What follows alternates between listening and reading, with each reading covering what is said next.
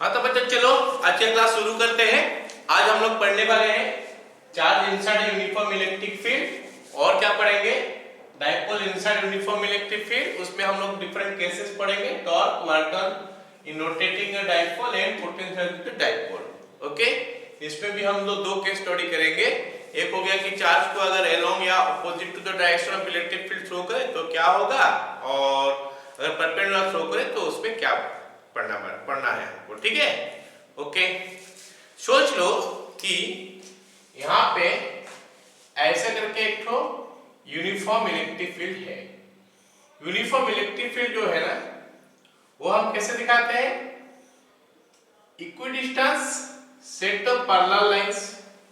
ये हो गया हमारा इलेक्ट्रिक लाइंस ऑफ फोर्स। ये सब हो गया क्या, इलेक्ट्रिक लाइंस ऑफ फोर्स। अब बोलोगे सर ये कैसे बन सकता है, तो मैं जब इलेक्ट्रिक लाइंस ऑफ फोर्स पढ़ाया था उसमें बताया था कि पॉइंट चार्ज के लिए लाइंस ऑफ फोर्स कैसे निकलता है, डाइपोल के लिए कैसे निकलता है, चार्ज प्लेट के लिए कैसे निकलता है। अब अगर मैं चार्ज प्लेट के बारे में बता दूं, मान लेते हैं इस साइड में एक चार्ज प्लेट है, इस साइड में एक चार्ज प्लेट है, इस साइड में पॉजिटिव चार्ज प्लेट है, इस साइड में नेगेटिव चार्ज प्लेट है।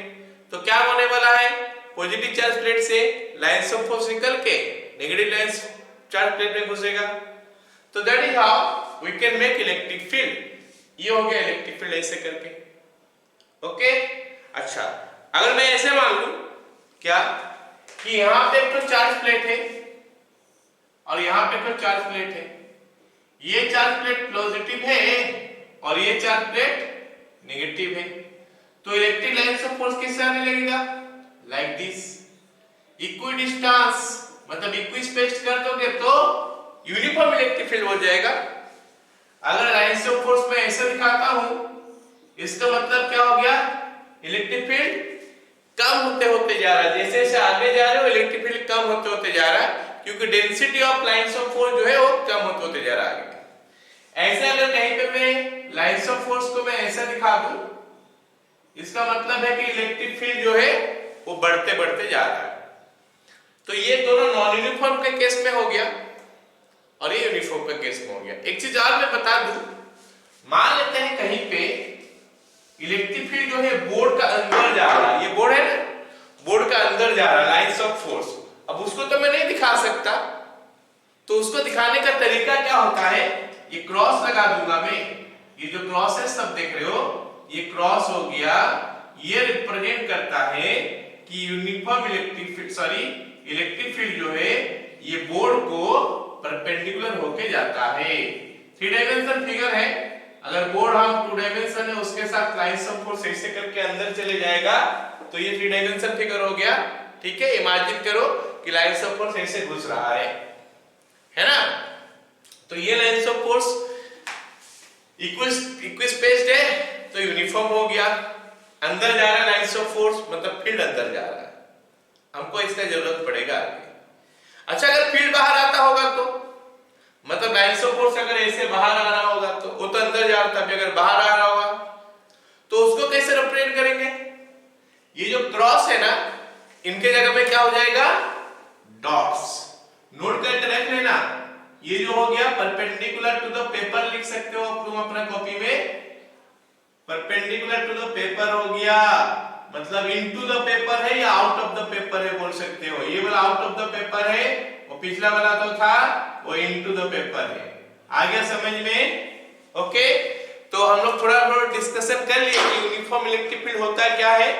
अगर मेरे को ये बोर्ड का ऊपर या तुम अपना कॉपी में ड्रॉ करोगे तो तुम पैरेलल लाइन ड्रॉ कर देना। ओके, यूनिफॉर्म इलेक्ट्रिक फील्ड हो जाएगा।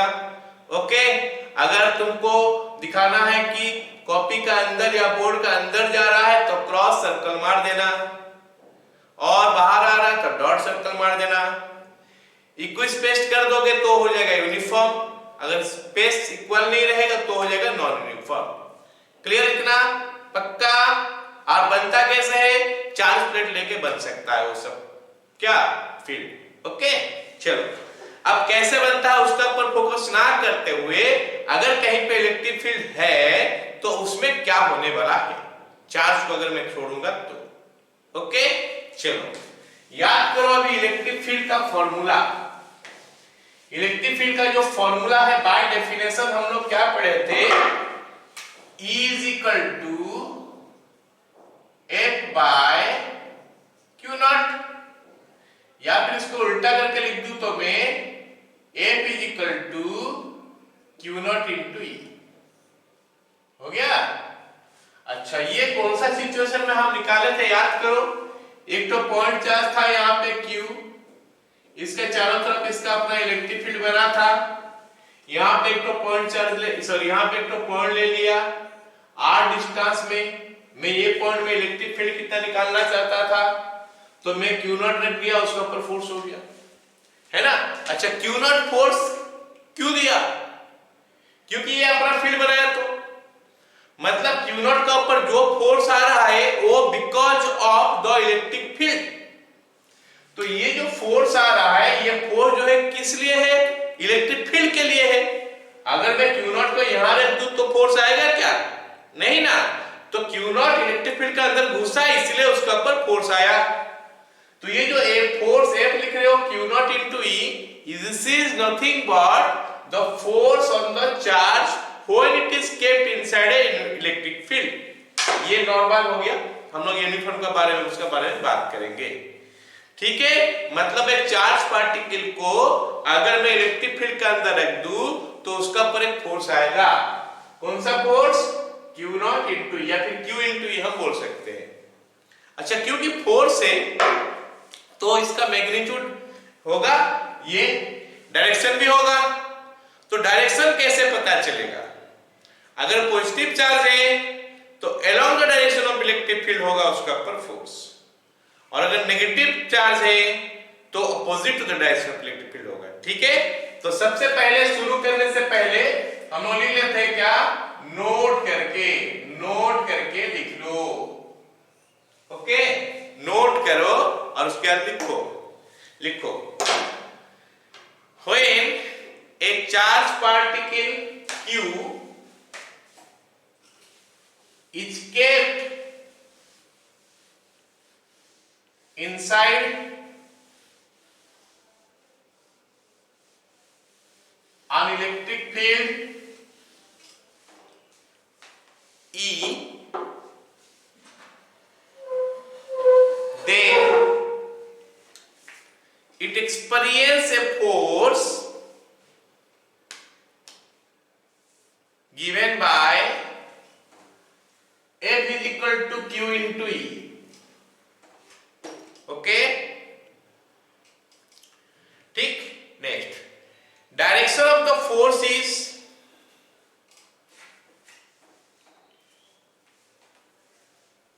along E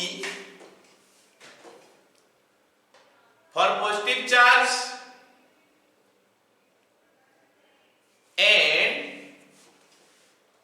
opposite to E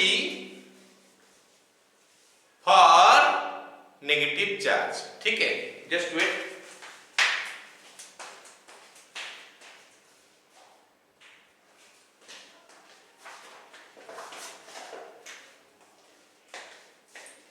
For positive charge and opposite to E for negative charge, हो गया ना। चलो आगे लिखते हैं, है ना। अच्छा हम लिख सकते हैं और therefore F is equal to Q into E, ऐसा भी लिख दो चलेगा, and F is equal to minus Q into E, तो ये पूरा बता दिया, पॉजिटिव चार्ज के लिए along हो गया, नेगेटिव चार्ज के लिए अपोजिट हो गया, ठीक है। डायरेक्शन का साथ अगर लिखना है तो ये ऐसा हो गया, क्लियर, ठीक। अब हेडिंग लिखते हैं, charge inside uniform electric field, heading लिख लो, charge inside uniform electric field. अब हम लोग खाली यूनिफॉर्म फील्ड के बारे में बात करेंगे, okay. Number 1, when projected parallel to the electric field, okay. तो क्या होगा, जैसे मान लेते हैं ये हो गया ऐसे इलेक्ट्रिक फील्ड, ये यूनिफॉर्म इलेक्ट्रिक फील्ड है। कैसे यूनिफॉर्म पता चला, इक्विडिस्टेंस है। ऑलराइट, हम क्या किए, तो चार्ज को यहां पे ला के फिजिकल के फेंक दिए विथ वेलोसिटी u से। ठीक है, u वेलोसिटी में मैं फेंका एक चार्ज को, ये चार्ज में पॉजिटिव चार्ज मान लेता हूं, इसका ऊपर फेंका। ऑलराइट, लिख लो, let a charge particle plus q या फिर खाली q लिखो, इज प्रोजेक्टेड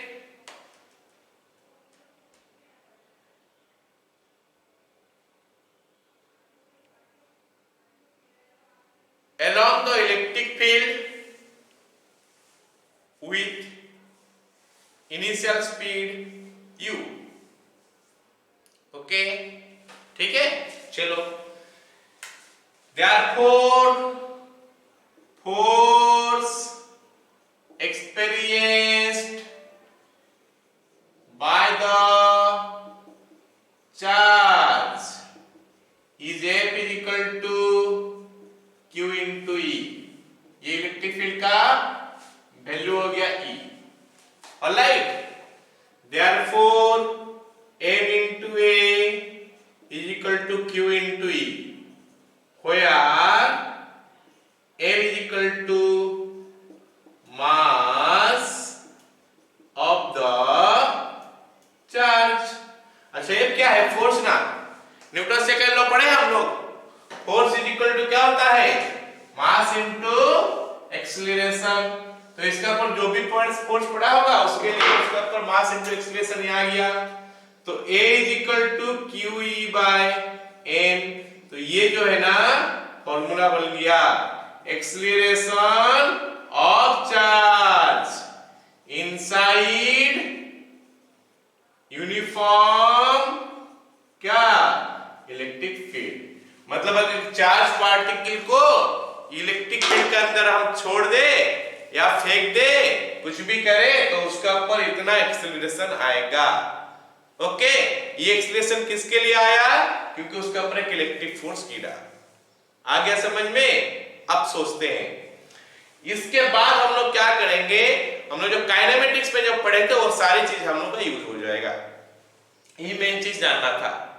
अगर मेरे को पूछेगा कि ये चार्ज का वेलोसिटी कितना है आफ्टर टाइम t, तो v is equal to u plus at लगा दूंगा। v है, सॉरी u ये है, a ये बन गया, t निकालेंगे। अगर कितना दूर गया है आफ्टर टाइम, आफ्टर कितना दूर गया है वो पूछा है after time t, s is equal to ut plus half at इसको लगा दूंगा। Velocity after covering a distance s, v square minus u square two s। मतलब काइनेमेटिक्स का सारे चीज पे यूज हो सकता है। मतलब अभी ये मैकेनिक्स बन गया। ओके ना, खाली यही वाला एक्सीलरेशन ये हमको निकालना था। अब सोचो, अगर ये चार्ज पार्टिकल पॉजिटिव हो तो उसका स्पीड जो है ना बढ़ते बढ़ते जाएगा। कब तक बढ़ेगा, जब तक इलेक्ट्रिक फील्ड का अंदर है। जब इलेक्ट्रिक फील्ड का अंदर, सॉरी इलेक्ट्रिक फील्ड का बाहर आ गया, the movement it came out of the electric field, ये जो फोर्स है, ये फोर्स गिरना बंद हो जाएगा, एक्सीलरेशन होना बंद हो जाएगा। उसके बाद वो चार्ज का जो स्पीड होगा, वो स्पीड जो था यहाँ पे वही स्पीड में चलेगा। अगर उसका ऊपर और कुछ फोर्स हम नहीं दे तो ये अगर मैं इग्नोर कर दूं, मान लेते ऐसे जा रहा है, अगर एक्सीलरेशन ड्यू टू ग्रेविटी उसका ऊपर मैं इग्नोर कर दूं, खाली यही फोर्स लगा के चलाओ, तो it will be like this. आगे समझ में क्लियर, समझ में आया ना? इसका मतलब चार्ज पार्टिकल को अगर मैं इलेक्ट्रिक फील्ड के अंदर छोड़ू, along या opposite to the direction of electric field, along भी छोड़ सकता हूं, opposite छोड़ सकता हूं, तो उसका जो मोशन है, तो मोशन क्या होगा, स्ट्रेट लाइन होगा। क्लियर? मैं यहाँ पे इग्नोर कर रहा हूं एक चीज, क्या, ग्रेविटी। अगर ये केस में इग्नोर करूं तो अगर ग्रेविटी आएगा तो ग्रेविटी इसको नीचे भी खींचेगा, नीचे खींचेगा तो क्या होगा, पैरेलल, ये ऐसे करके आएगा, पैरेलल शेप हो गया। अगर मैं इसको जमीन में रख दूं, जमीन में एक तो फील्ड है, वहां पे तो चार्ज को छोड़ दूं, तो जमीन में होते जाएगा, वहां पर एक्सीलरेशन और ग्रेविटी काम तो नहीं कर पाएगा, वो तो नीचे नहीं जा पाएगा ना। तो जमीन में क्या होगा, उसका डायरेक्शन क्या होगा, along that इलेक्ट्रिक फील्ड या फिर opposite to the electric field. Clear?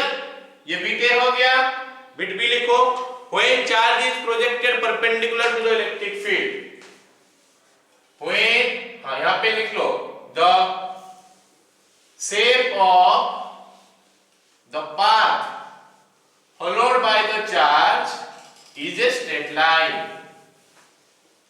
Okay, next लिखो when charge is projected perpendicular to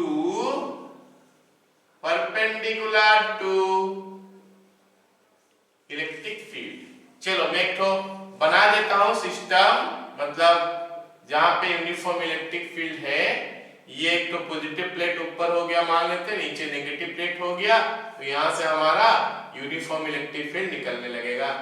ये हो गया यूनिफॉर्म इलेक्ट्रिक फील्ड। अब मैं क्या कर रहा हूं कि एक तो चार्ज पार्टिकल को प्रोजेक्ट कर दूंगा ऐसे करके, ये u हो गया, इसका स्पीड u हो गया, और ये q इसका चार्ज हो गया, मास m हो गया। The moment it enters here, जब ये जो चार्ज पार्टिकल है यहां पे पहुंच जाएगा तो इसका ऊपर फोर्स कितने लगेगा, हो गया।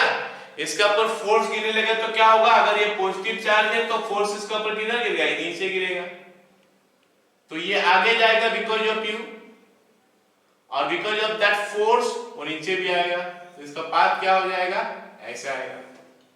डिपेंड करता है कि फोर्स का मैग्नीट्यूड क्या है। अगर बहुत ज्यादा है तो ये यहाँ पे भी गिर सकता है, बहुत कम है तो यहाँ पे भी गिर सकता है, आगे जाके गिर सकता है अभी, और अगर और कम हो जाएगा फोर्स तो ये आके यहाँ पे होके निकल के चले जाएगा, यहाँ पे टेंजेंट हो जाएगा। मान लेते ये पाथ ऐसे आ रहा है, यहाँ पे पहुंचा और ये नीचे नहीं गिर पाएगा, तो ये जगह में उसका ऊपर टेंजेंशियल ये चले जाएगा ऐसे, पता चला। तो यही चीज हमको स्टडी करना है, हो गया ना। तो मान लेते हैं ये जो डिस्टेंस है या फिर ये जो लेंथ है, ये लेंथ को मैं L मान लेता हूं, ठीक है। उसके बाद हम लोग स्टडी करते हैं। चलो ये फिगर ड्रॉ कर लो, इधर लिखता हूं, कंफ्यूजन हो जाएगा, गंदा दिख रहा है, हो गया। चलो ड्रॉ करो इसको। Let a positive charge particle Q, ठीक है, of mass m is thrown perpendicular to the direction of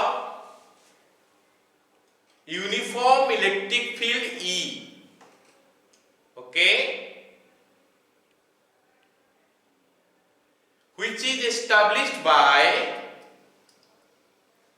two charge plates separated by a distance of 12, okay.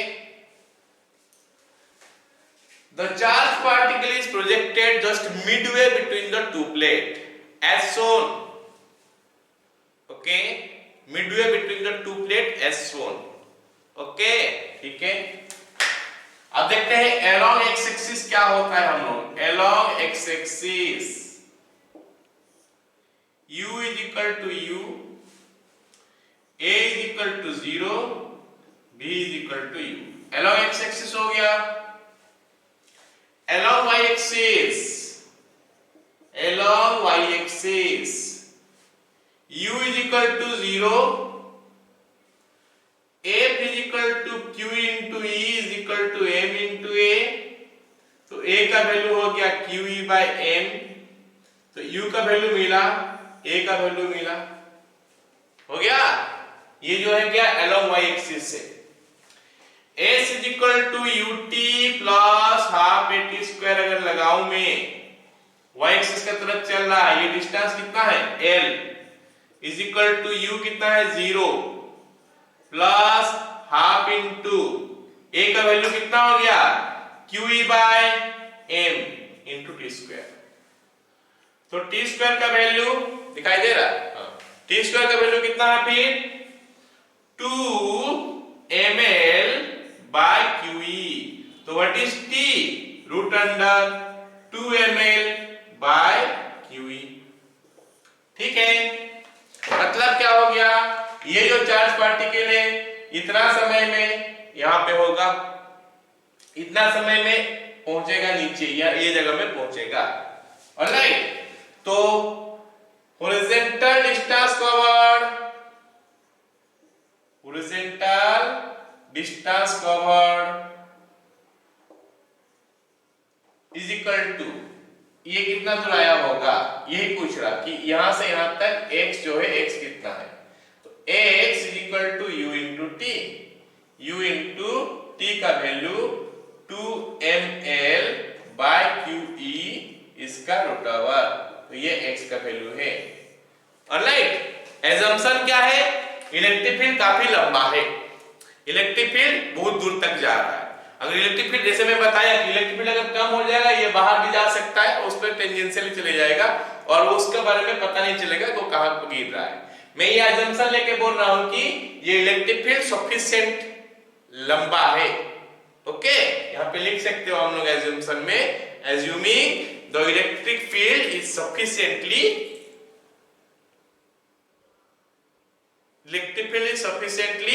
large,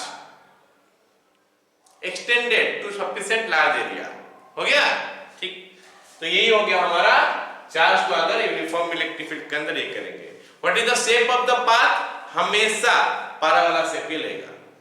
ठीक है, देखो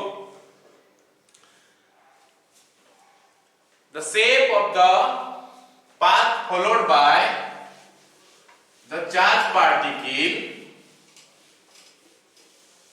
is a parabola। तो charge inside uniform electric field के बारे में हम लोग डिस्कस कर लिए। हम लोग सारे चीज थ्योरी पहले पढ़ रहे, न्यूमेरिकल में बाद में करा दूंगा। तुम लोग का स्कूल में एग्जाम में तुम लोग बोल रहे हो टेस्ट वगैरह है, तो उसके लिए कुछ कोर्स में आगे बढ़ा देता हूं, है ना, थ्योरी पढ़ा देता हूं, फिर न्यूमेरिकल करेंगे, क्वेश्चन डिस्कशन करेंगे। ठीक है, हेडिंग लिखो, dipole inside uniform electric field, dipole inside uniform electric field. तो ये यूनिफॉर्म इलेक्ट्रिक फील्ड है, इसके अंदर में डाइपोल रखा गया है। डाइपोल याद नहीं है, क्या होता है dipole, two charges equal in magnitude, opposite in nature, separated by a small distance, form an electric dipole। वो स्मॉल डिस्टेंस काफी स्मॉल हो सकता है, हम लोग दिखाने के लिए थोड़ा लंबा करेंगे, सेपरेशन थोड़ा डिस्टेंस लंबा कर सकते हैं, लेकिन काफी कम होता है। तो चार्ज पार्टिकल जो है चार्ज पार्टिकल जो है डाइपोल जो है वो क्या होता है, दो तो चार्ज पार्टिकल सेम मैग्नीट्यूड का, ऑपोजिट नेचर का, छोटा सा सेपरेशन के अंदर रहेगा तो उसको हम डाइपोल बोलेंगे। ऐसे ही एक डाइपोल को मान लेते हैं, मैं रख दे रहा हूं यहां पे, ये एक यूनिफॉर्म इलेक्ट्रिक फील्ड है E, तो यहां पे तो डाइपोल को मैं रख दे रहा हूं कुछ ऐसा करके, ये माइनस Q हो गया चार्ज और ये चार्ज हो गया कितना, प्लस Q। ओके, ये जो लेंथ है, ये लेंथ को मैं मान लेता हूं क्या 2L है, या फिर L ही मान लेते हैं, चलेगा। हो गया, अब जरा सोच के बताओ, डाइपोल होते ही एक तो डाइपोल मोमेंट क्रिएट हो जाता है, पता चल रहा। डाइपोल मोमेंट का वैल्यू क्या होता है, Q into L, Q into distance between the charges। Okay, तो ये डाइपोल मोमेंट का फॉर्मूला होता है। एनीवे, अब देखते हैं कि डाइपोल अगर इलेक्ट्रिक फील्ड के अंदर रख दिया में, तो उसके साथ क्या क्या चीज होता है, क्या क्या चीज हम लोग स्टडी करेंगे। सबसे पहला चीज तो स्टडी करते हैं कि उसका ऊपर टॉर्क गिरता है, तो टॉर्क कितना होता है। टॉर्क याद नहीं है, क्लास 11 में पढ़े थे टॉर्क ना, क्या होता है बोलो, यस, जब दो ठो फोर्स सेम मैग्नीट्यूड का रहता है, ऑपोजिट डायरेक्शन का रहता है और डिफरेंट लाइन ऑफ एक्शन रहता है, तो वो लोग एक तो घुमाने का रोटेटिंग इफेक्ट बनाते हैं, उसी को ही टॉर्क बोलते हैं। और रोटेटिंग इफेक्ट जो है उसका मैग्नीट्यूड कितना है वो निकालने के लिए हम लोग क्या टॉर्क निकालते हैं। और रोटेटिंग इफेक्ट जो होता है कपल होता है, ठीक है ना। चलो देख लो क्या बताने जा रहा हूं मैं। मान लेते हैं यहाँ पे एक तो बॉडी ऐसे रखा गया है, इसका ऊपर फोर्स इधर गया, ये F1 गया और ये F2 गया, दोनों का मैग्नीट्यूड सेम है मान लेते हैं, तो डायरेक्शन अलग अलग हो गया, तो इसके ऊपर नेट फोर्स कितना होगा, 0 होगा। और ये क्या कर सकता है बॉडी को, कुछ नहीं कर सकता। लेकिन मान लेते हैं कि वही बॉडी को मैं ऐसे रख दिया, ये इधर फोर्स हो गया, इधर फोर्स हो गया, F1 हो गया, ये F2 हो गया, ये अब भी सेम मैग्नीट्यूड अपोजिट डायरेक्शन है, मैग्नीट्यूड सेम है और अपोजिट डायरेक्शन है, तो कैंसिल नहीं हो रहा है, नेट फोर्स तो 0 हो जाएगा इसका ऊपर, लेकिन ये दोनों इसका ऊपर कुछ इफेक्ट डालेंगे एक ठो, जिसके लिए कि वो घूमने का कोशिश करेगा। नहीं देखो तो ये फोर्स ऐसे दे रहा है और ये फोर्स ऐसे कर रहा है, मतलब ये इसको ऊपर उठाना चाहेगा, ये नीचे गिराना चाहेगा, मतलब इसके लिए ये घूमना चाहेगा क्लॉकवाइज। समझ रहे हो मेरे बात? That is what going to happen. अच्छा, यहां पे मैं जो बताया कि सेम मैग्नीट्यूड, ठीक है, समझ में आ रहा है, ऑपोजिट डायरेक्शन, ये भी समझ में आ रहा है। डिफरेंट लाइन ऑफ एक्शन का क्या मतलब है, देखो ये जो है लाइन ऑफ एक्शन ये हो गया और इसका लाइन ऑफ एक्शन ये हो गया। अरे समझ रहे हो कि नहीं, ये इसका लाइन ऑफ एक्शन हो गया, ये इसका लाइन ऑफ एक्शन हो गया, अलग लाइन ऑफ एक्शन हो गया कि नहीं। तो उस समय क्या होता है, कपल प्रोड्यूस होता है। जब मूवमेंट ऑफ दैट कपल निकालेंगे वो दैट को बोलते हैं क्या, टॉर्क। और निकालने का फॉर्मूला क्या होता है, निकालने का मेथड क्या होता है, वो दोनों में से कोई भी एक फोर्स ले लो, फिर वो दोनों जो लाइन ऑफ एक्शन जा रहा है उनमें परपेंडिकुलर डिस्टेंस निकाल दो, मतलब ये डिस्टेंस निकाल दो, ठीक है। तो यही हो गया तुम्हारा कपल, सॉरी टॉर्क। क्या यही चीज हो रहा है यहाँ पे, ये चीज जो मैं बताया क्या यहाँ पे हो रहा है, ये देखते हैं। यहाँ पे जो ये वाला चार्ज है पॉजिटिव चार्ज है, इसका ऊपर फोर्स गिरने वाला है, याद करो फोर्स क्या होता है, Q into E, वो हो जाएगा इधर, क्योंकि पॉजिटिव चार्ज है तो along the direction of electric field आएगा। ये नेगेटिव चार्ज है तो इसके ऊपर भी फोर्स गिरेगा, लेकिन वो फोर्स का डायरेक्शन अपोजिट हो जाएगा, ठीक है। तो या फिर मैं इसको Q into E लिख सकता हूं पूरा एरो के साथ, माइनस Q into E लिख सकता हूं एरो के साथ। समझ में आया कि नहीं, ये Q माइनस Q हो गया, यहाँ पे ये प्लस Q हो गया। आप देखो ये जो फोर्स देख रहे हो, ये फोर्स इधर जा रहा है, ये फोर्स इधर जा रहा है, मैग्नीट्यूड तो सेम ही दिख रहा है मेरे को, डायरेक्शन अपोजिट है, लाइन ऑफ एक्शन भी अलग है। इसका मतलब ये लोग क्या प्रोड्यूस करेंगे, एक तो कपल प्रोड्यूस करेंगे, वो तो कपल का जब मूवमेंट लेंगे वो हो जाएगा क्या, टॉर्क, हो गया ना। तो निकालते हैं, कैसे निकलेगा बताओ, ये डिस्टेंस निकाल देते हैं। अगर मैं इसका नाम दे दूं A, B और ये C, मतलब मेरे को BC निकालना है, BC हो गया दोनों में डिस्टेंस, ओके। मान लेते हैं ये जो डाइपोल है ये एंगल थीटा कर रहा है इलेक्ट्रिक फील्ड के साथ, तो ये एंगल थीटा है तो ये एंगल भी थीटा बनेगा, तो ये BC जो है ना साइन थीटा में आ जाएगा। क्या साइन थीटा में आ जाएगा, L साइन थीटा। या फिर मैं अगर साइन थीटा ले लूं ये ट्रायंगल में, साइन थीटा इक्वल क्या बनेगा, BC बाय AB। तो BC हो गया कितना, AB साइन थीटा। अच्छा AB क्या है, L साइन थीटा। समझ में आया मेरे बात, तो ये BC हो गया। अब अगर मेरे को निकालना है टॉर्क, टॉर्क जो होता है मूवमेंट ऑफ द कपल होता है, टाउ उसका सिंबल होता है। तो any one of the force, मान लेते हैं मैं F1 लिख दिया, इनटू डिस्टेंस बिटवीन देम जो कि BC है, तो QE into L sine theta, ये बन गया Q into L into E sine theta. अब सोचो Q इनटू L क्या है, चार्ज और उनमें सेपरेशन, ये हो गया dipole moment into E into sine theta. अब सोच के देखो कि ये है क्या, ये जो चीज बना व्हाट इज इट, ये हो गया क्या, tau, torque is equal to this one. अब सुनो, P वेक्टर क्वांटिटी है, P is a vector quantity और not, yes, E is also a vector quantity और दोनों में साइन थीटा भी है। याद करो ए क्रॉस बी क्या होता है, A B sine theta n क्या। तो जब साइन थीटा आ जाएगा मतलब क्रॉस प्रोडक्ट का रोल आ जाएगा। यहां पे क्रॉस प्रोडक्ट आएगा, वेक्टर हो जाएगा टाउ वेक्टर। तो हम लिख सकते हैं क्या, tau with arrow is equal to P cross E. मतलब ये मिल गया हमको डायरेक्शन के साथ टाउ का वैल्यू। अब इसका डायरेक्शन क्या होगा देखते हैं, है ना। इसका डायरेक्शन क्या बोला, P cross C। Cross product का फॉर्मूला याद है हमारा, बहुत सारे रूल है, थंब रूल है और क्या है, स्क्रू रूल है। ओके, तो अगर मैं उसको लगाऊं तो क्या होगा, यहां पे देखो ये हो गया हमारा P और ये हो गया हमारा E। P क्रॉस E, तो P से E की तरफ मोड़ना है, स्क्रू रख के ऐसा स्क्रू रख दिया, P से E की तरफ मोड़ूंगा तो क्लॉकवाइज होगा। तो क्लॉकवाइज होगा तो ये नीचे लाने का कोशिश करेगा, ये ऊपर लाने का कोशिश करेगा। अच्छा, लाने के बाद ये क्या होता है बोलो तो ये नीचे आ रहा है ऊपर आ रहा है, मतलब डाइपोल मोमेंट क्या हो रहा है, along the direction of electric field बन रहा है। इसका मतलब है कि अगर मैं डाइपोल को इलेक्ट्रिक फील्ड के अंदर रख दूं टेढ़ा मेढ़ा करके, तो हमेशा कोशिश करेगा कि it will be aligning along the direction of electric field. आगे समझ में, चलो फटाफट लिखते हैं, लिखो, फिगर बना दिया। ओके, लिखो force on plus Q, force on plus Q,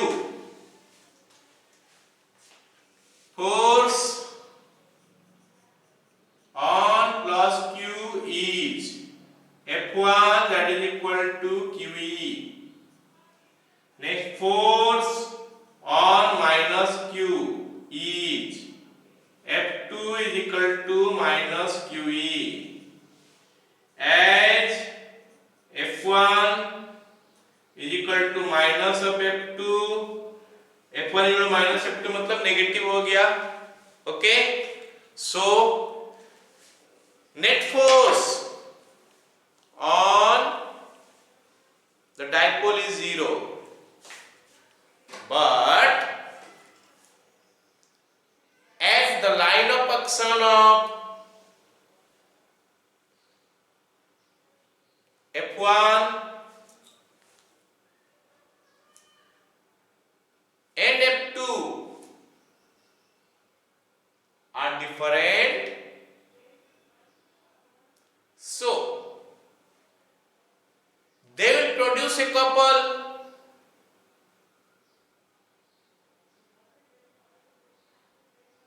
The movement of the couple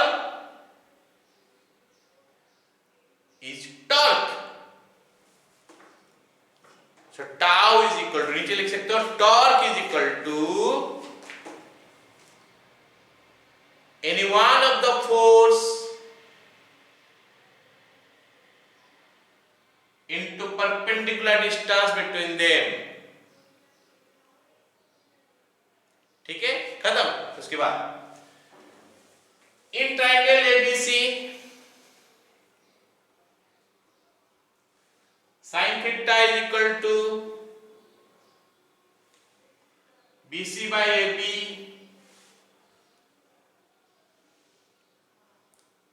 so BC is equal to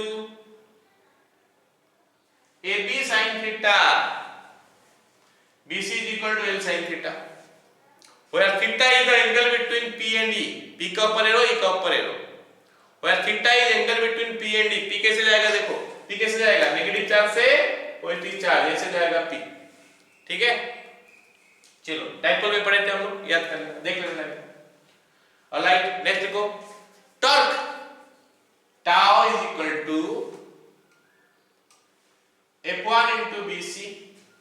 Okay, torque tau is equal, torque tau F1 is equal to, sorry, tau is equal to F1 into BC, that is equal to, यहां से आप लिख लो, as P is equal to QE QL, dipole moment।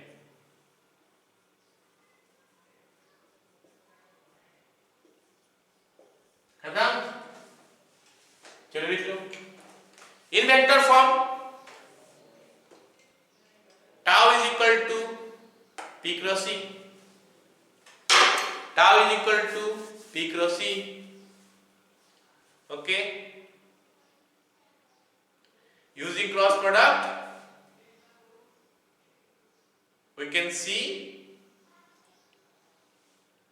the direction of tau is into the board. The direction of tau is into the board.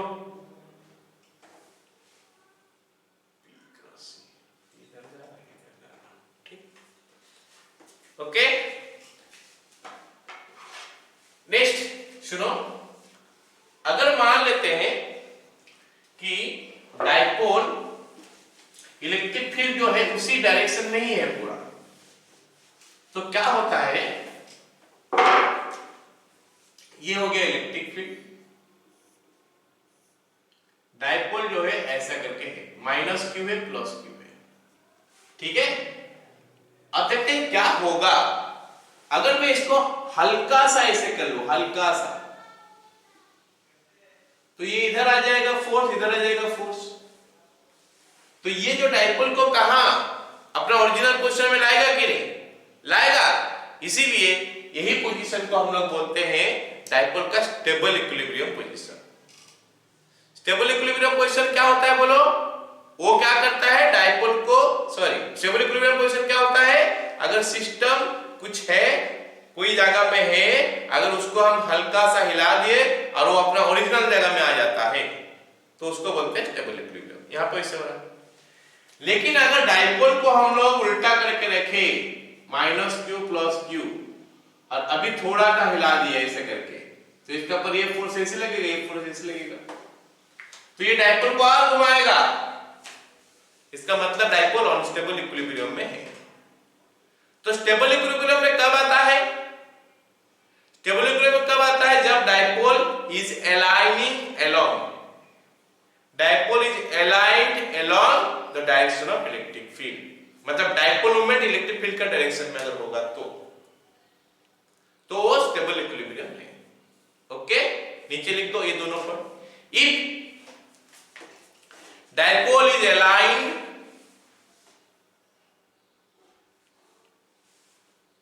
along the direction of electric field, then it is in stable equilibrium position,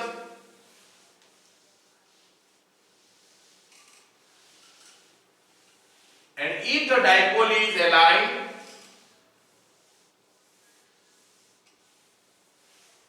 opposite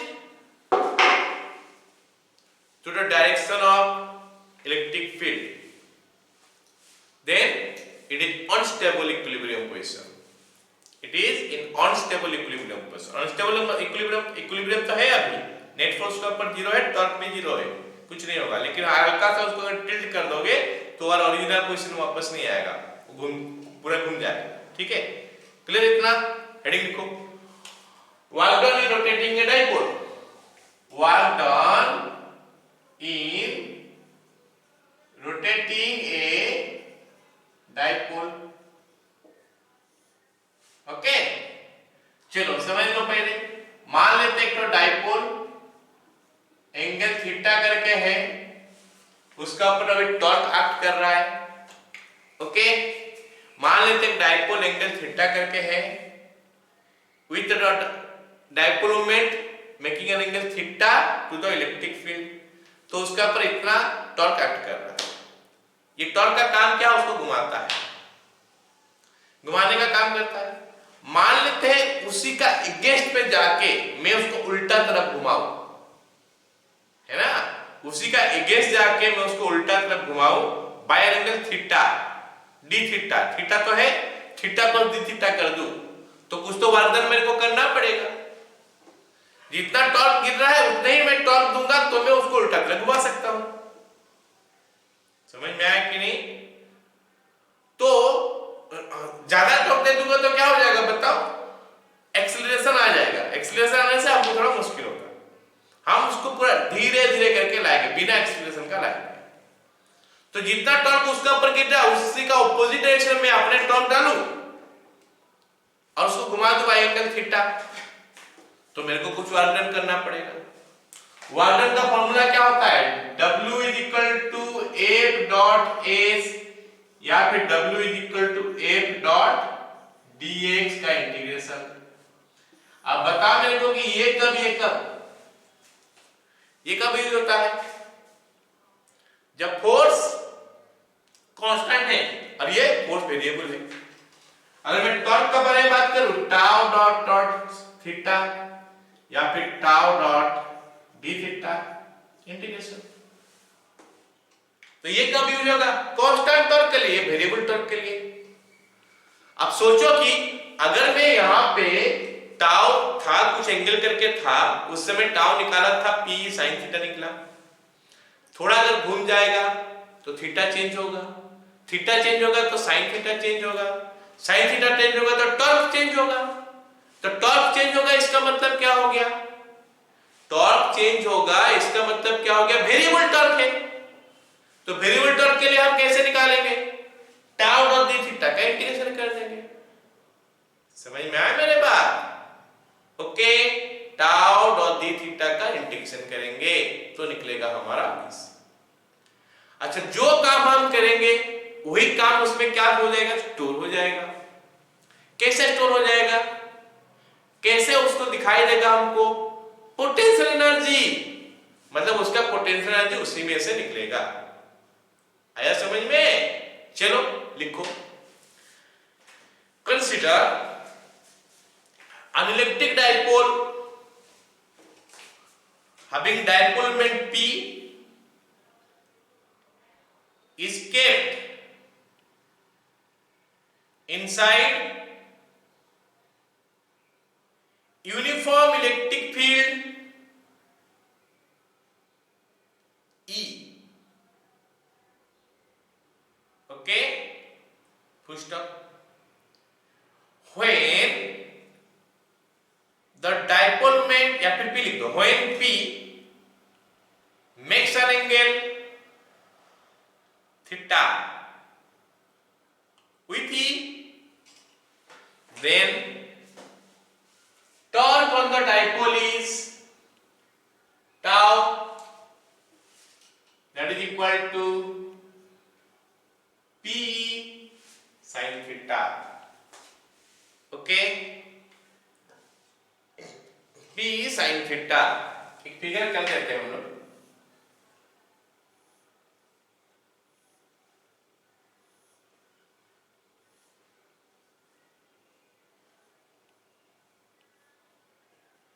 QE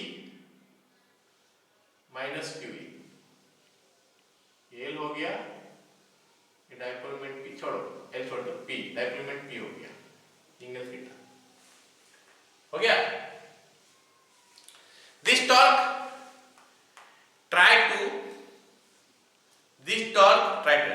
will rotate the dipole in clockwise direction। Figure बनाएगा, है figure से बना रहा हूं, alright. By applying external torque,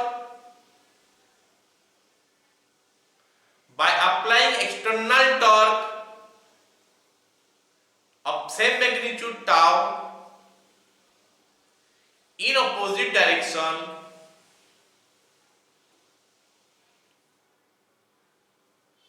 we rotate the dipole by an angle d theta. The amount of work done is dW, that is tau into d theta. So dW is equal to P sin theta into p theta। हो गया, P sin theta into d theta। Clear, okay. अब देखो, torque जो art कर रहा था, कौन सा डायरेक्शन से आर्ट कर किया था, वो नहीं अंदर जा रहा था, ऑलराइट ना, टॉर्क अंदर जा रहा था, ओके। मैं इसको अभी क्या कर रहा हूं, उसका ऑपोजिट डायरेक्शन में टॉर्क दे रहा हूं, मतलब ऊपर डायरेक्शन। फिर इसको रोटेट कर दिया anticlockwise by an angle theta. तो थीटा और टॉर्क दोनों का डायरेक्शन सेम हो गया, इसीलिए मैं लिख लिया क्या, टाउ डी थीटा, नहीं तो माइनस टाउ डी थीटा लिखना पड़ता। ओके, तो ये हो गया p sin theta d theta. Clear? Therefore total work done in rotating the dipole from angle theta 1 to angle theta 2 is integration of dw is equal to p sin theta into d theta from theta 1 angle to theta 2 angle। Okay ना?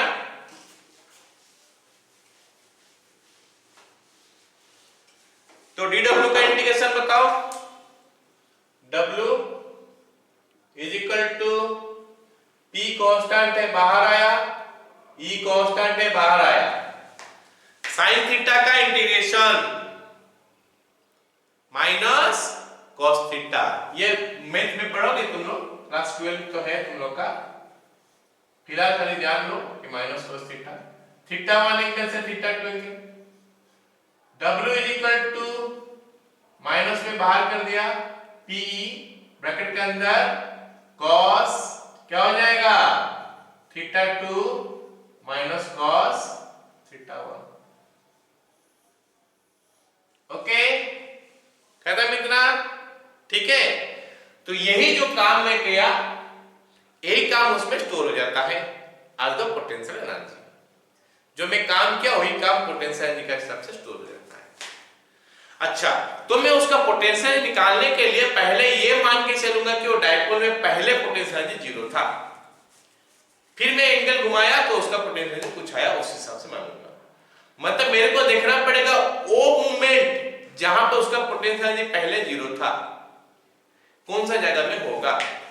देखते हैं कौन सा case में होगा। ये हो गया हमारा दिस वन। अगर मैं डायपोल को ऐसे करके रखूं माइनस क्यू प्लस क्यू, ये डायपोल हो गया। ये डायपोल ऐसे करके रखूं तो उस समय ये हो गया हमारा P, मतलब एंगल बन गया कितना, 90। अब देखो इसी मूवमेंट में, इसी समय डायपोल में पोटेंशियल 0 होता है। क्यों पोटेंशियल 0 होता है, सोच के देखो। अब इसको यहां से मैं लेके आया, यहां पहुंचाया, यहां से यहां तक तो कुछ वर्क डन नहीं हुआ होगा, इसके ऊपर फोर्स 0 है। यहां से यहां तक लाने में कुछ वर्क डन हुआ होगा, है ना, वो नेगेटिव आके हो रहा होगा। और इसको यहां से यहां तक लाने में कुछ वर्क डन हुआ होगा। L दोनों सेम है ना, या फिर x कर देता हूं मैं, x दोनों सेम है। तो यहां से यहां तक लाने में जितना वर्क डन हुआ होगा वो नेगेटिव में आया होगा, यहां से वहां तक लाने में उतना ही वर्क डन हुआ होगा, पॉजिटिव में आया होगा। तो उस समय टोटल वर्क डन कितना हो गया, 0। तो डायपोल का एनर्जी कितना हो जाएगा, 0। No potential energy is there. Dipole का हर एक इंडिविजुअल का एनर्जी हो जाएगा, क्योंकि इसके ऊपर भी काम हुआ है, इसके ऊपर भी काम हुआ है, लेकिन डायपोल का एनर्जी 0 हो जाएगा। क्यों? क्योंकि जो काम यहां पे हुआ है वही काम ऑपोजिट या फिर माइनस साइन के साथ यहां पे हुआ होगा। तो दैट इज व्हाई हम वो जगह लेंगे जहां पे डायपोल का पोटेंशियल एनर्जी 0 था पहले, फिर अगर मैं उसको थीटा एंगल घुमा दूंगा, थीटा एंगल घुमा दिया, तो उसमें एनर्जी कितना आएगा देख लेते हैं। आ गया समझ में? क्लियर? लिख लेते हैं। If theta is equal to theta 1 is equal to 90 degree, शुरू में तो यहां पे था, theta 2 is equal to 0 degree, implies W is equal to minus PE into cos theta, theta 2 theta, cos theta minus cos 90 degree. But what is cos 90 degree? 0। तो W हो गया minus P cos theta minus 0, या फिर minus P cos theta.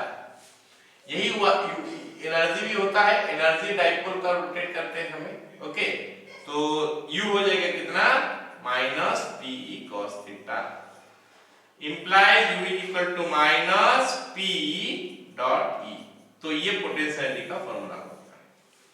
तो हम लोग यहां तक लिखे थे ना, यहां तो लिख चुका था, अब लिखो आगे।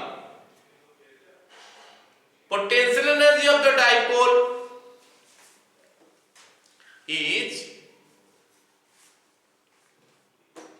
the amount of work done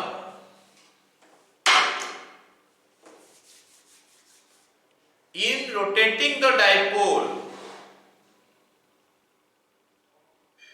when it has zero potential energy